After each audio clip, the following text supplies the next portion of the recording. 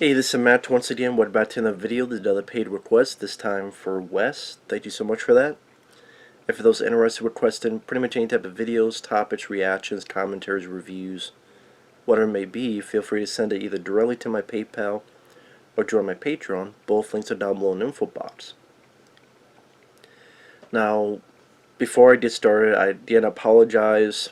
Doing this in a period where I'm a bit under the weather and sick, so I apologize for cough and other stuff of that nature. Trying to do the best that I can. But anyway, Wes wanted me to talk about Steele Justice from 1987, which is an action film starring Martin Kove. Martin Kove, he was Sensei Kreese and the Karate Kid films. One of the first and only times that he got to be the star lead character as well as be the good guy. Now before this he had been in other films. He was Rambo for Split Part 2, among other stuff. Other people in the film, you got Soon Teko. He plays the villain. He was also the main villain in Missing in Action 2 The Beginning, where he faced off against Chuck Norris. Bernie Casey's in the film. Ronnie Cox is in the film, who of course will later be in RoboCop and Total Recall. Al Leon has an appearance in this. He was Genghis Khan in Bill and Ted's Excellent Adventure. He was in Big Trouble in Little China. He was one of the terrorists in Die Hard. He was a terrorist that stole the candy bar in that one scene. He's been in a lot of stuff, Al Leon. Speaking of Big Trouble in Little China, you also have Peter Kwan. I'm like, I know that guy looks familiar. I believe he was Rain. He was one of the three storms. I think he was Rain in Big Trouble in Little China. He's in this as Soon Teko's son. Shannon Tweed is in this for some reason. I mean, she doesn't really play much of a role in this. Sela Ward is pretty much Martin Kove's wife, how you want to put it. I remember she would go on to be on the TV show House MD, which is a TV show I do like. And pretty much this is a action film where Martin Kove's in Vietnam with his buddy. They're on a mission. And Martin Kove doesn't do a bad job. I remember when I first saw this film, I thought it was, this film just sucks. Watch it again. It's a time waster. I would not call it an underrated gem. I can't. Because I've seen other ones where, like, I Come in Peace with Dolph Lundgren, I think is an underrated gem. Take Care of Beverly Hills with Ken Wall. Live Wire, Pierce Brosnan. Like, Broken Fist, Johnny Yong Bosch, also known as Broken Path. Like, there's other films I would call underrated gems. This, again, it's a time waster. But if you like 80s action films with one-man army plots, it kind of fits every cliche in the book. This really looked like it had a checklist, and it just hit every one. To the point this almost comes off as a parody. I mean, when you have Ronnie Cox saying stuff like, he's not being recruited, he's being unleashed.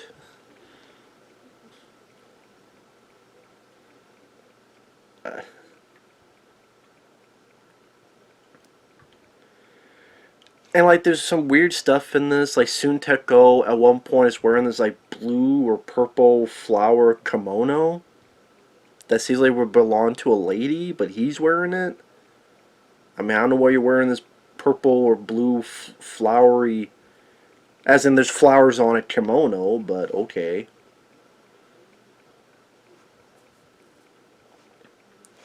But yeah, it has that 80s charm to it. I mean, on the mission, him and his buddy come across this thing, and there's rats with grenades attached to them.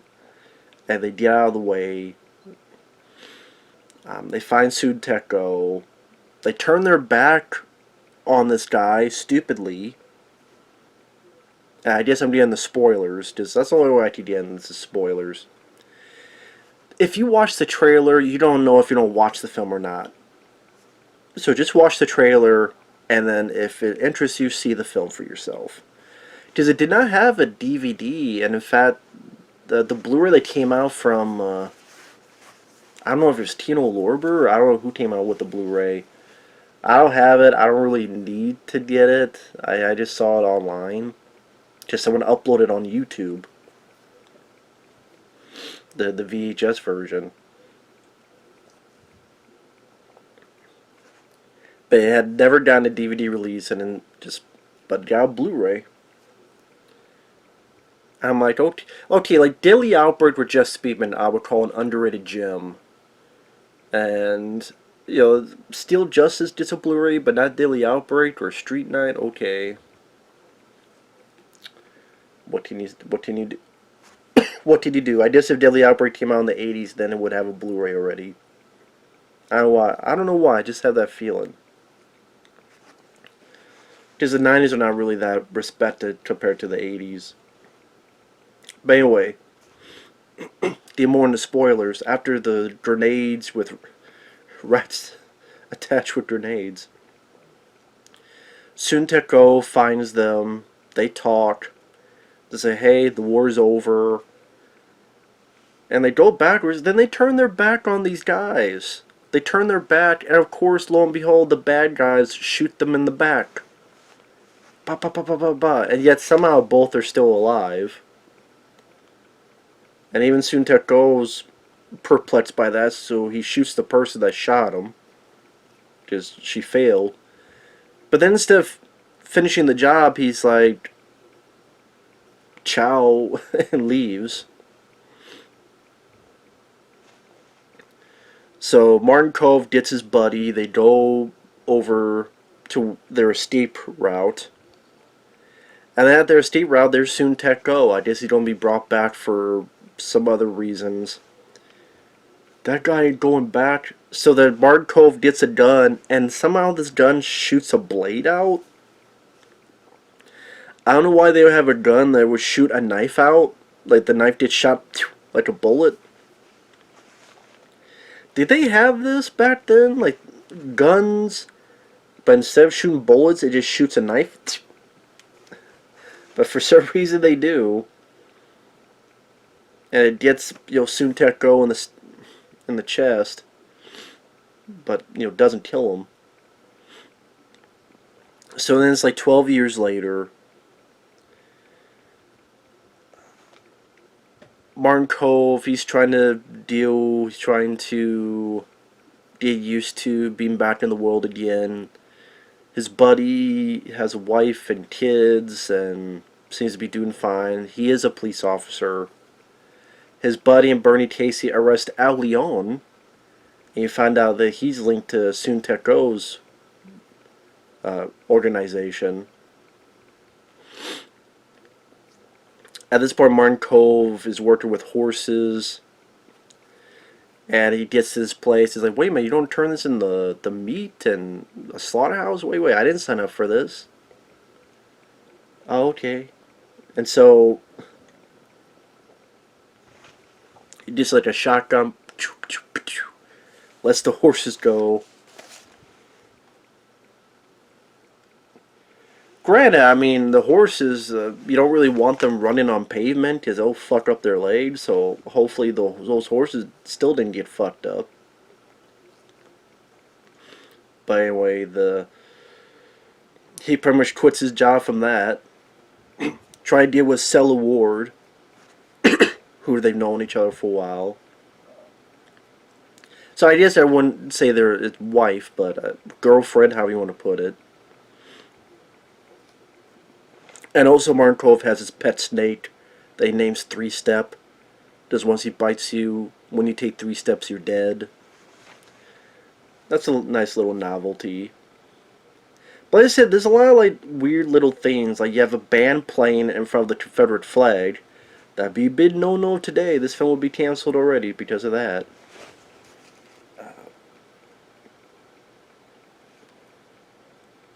So then you have like that little bit. I mentioned the Sun Teko wearing this like blue flower kimono thing. Shut up, stomach. Pretty much after talking with Sela Ward, gets into a fight. I think that even Sela Ward gets punched during the fight as well. Or at least thrown, I should say.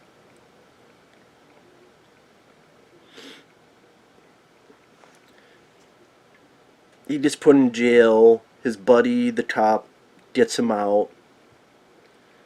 Then Martin Kove is relaxing in his bathtub. I thought this was a really weird conversation because they're talking, and then he goes, pretty much, hey, remember that time your daughter almost died? What the fuck? Like, of all the times you want to reminisce, it's like, hey, remember that memory you probably want to not think about, so I'm just going to remind it about how, hey, you remember your daughter almost died? You remember that? Remember how your daughter almost died? What the fuck? Like, there's no other memories you could think of to reminisce about except, like, the one thing he probably doesn't want to think about?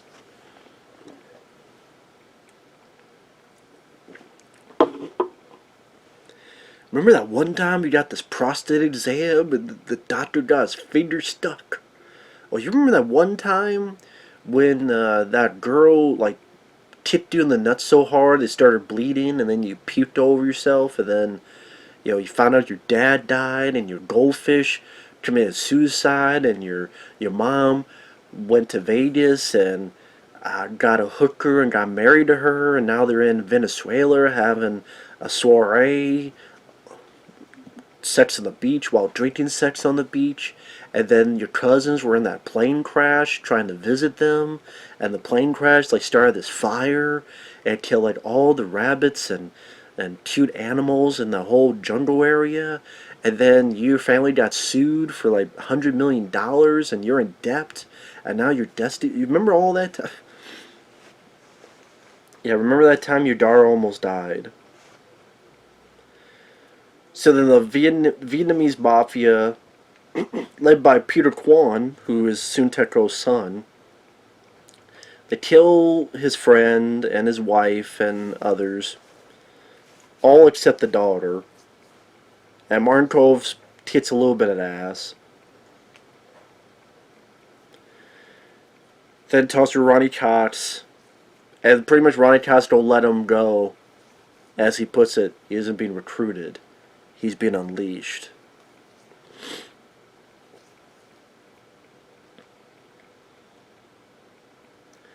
So he's in this jail cell. He gets into a fight. I thought it was funny, like, when there's these 4 people he need to knock out. Like, oh yeah, good job, buddy. I'm sorry. Sorry for what? Because he needs these other 4 knocked out in order to play dead and the guy come in order to get out. So he punches one, and the other 3 just stand there, just waiting to get hit. He punches one, then he punches one, then punches one, then punches one. And again, the first time he punches, the other 3 just stand there, just waiting to get punched. It's like, come on, there's a bit of a better way to choreograph that. Like, there's a bit of a better way. A little bit more choreography could be put into that.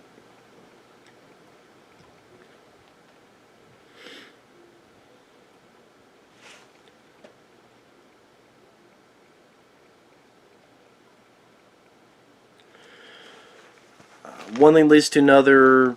He meets up with Bertie Casey. They go together to this area. There's a shootout with Al Leon and some other bad guys. You get a bit of firefighting. At one point, he gets a poison dart, and he crashes through this window, cuts himself, sucks the poison out. I guess it worked as he's perfectly fine after that. Now, of course, this kind of movie, you gotta have a montage. And I wasn't even big on the song. Fire with fire. Ba-da-da. Do-do-do-do-do. I think it's from the band called Hot Pursuit. I know there's a movie called Hot Pursuit, but there's a band, I guess, called it. I mean, there's definitely not a song that I would put up there with We Fight for Love and Commando, or, the Rocky IV soundtrack, or Karate Kid soundtrack. I mean, it's definitely 80s. It definitely a sound of that era. But it's not a song I would ever listen to again.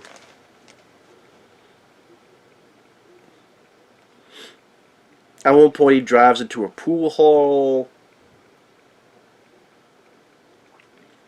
One thing leads to another. He gets this like little tank, and he gets like a little minigun thing, and he's shooting some bad guys.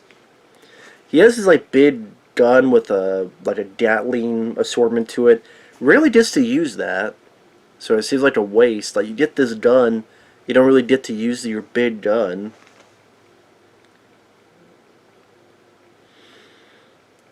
He fires it a couple times, and then just goes into swordplay against Soon Teko.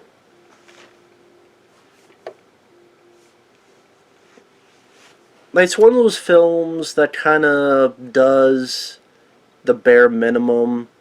I can see why people liked it for the 80s charm, but it kind of does its bare minimum for that, to the point that I don't hate the film. I think when I first saw it, I was like disappointed in it.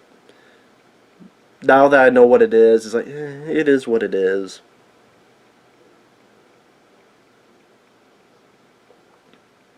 Try to think of that other movie that reminds me of which also had, I think, Roddy Cox in it.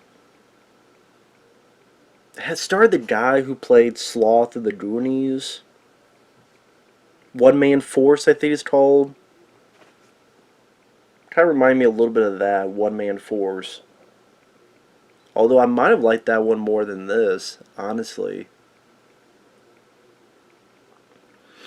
Like, very generic, very kind of typical 80s action film.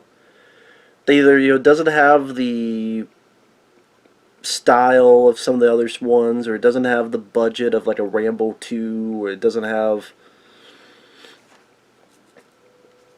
the fun craziness of like Strike Commando with Red Brown, where Red Brown's like screaming throughout the whole film.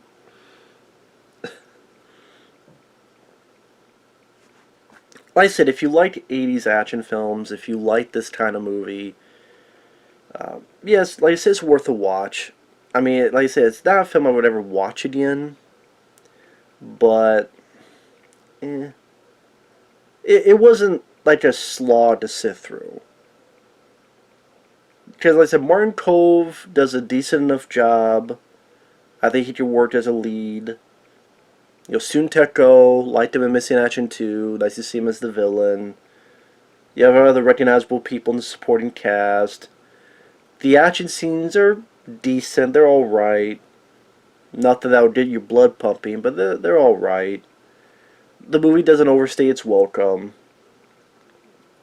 There's really nothing to get that mad about. It's just very kind of generic, I would say. Pretty generic movie. Nothing really particularly stands out. Like, wow. Like, there's no action set pieces that really stand out. The music, they're kind of blasé on the music. Even the montage, I mean, kind of one of the lamer montages, to be honest. Usually montage is supposed to get you excited. This really didn't. Kind of he runs back and forth on the beach and he lifts some stuff. That's pretty much it. Then, like I said, didn't even care about the song. Like I said, an average. I would say an average time waster. A generic average time waster is the best way to put it. At least for me. Like I said, I got much more of like the Take Care Beverly Hills. That's a lot of fun. And what was that one with? Oh, God, what was it? It's on the tip of my tongue. Damn it! If Looks Could Kill. Like that one, I really enjoyed. If Looks Could Kill. Or even like a film like Cuffs, which is very different. I mean, I know that's it's like comparing apples to oranges. I'm just thinking of like random films that have bits of action in them.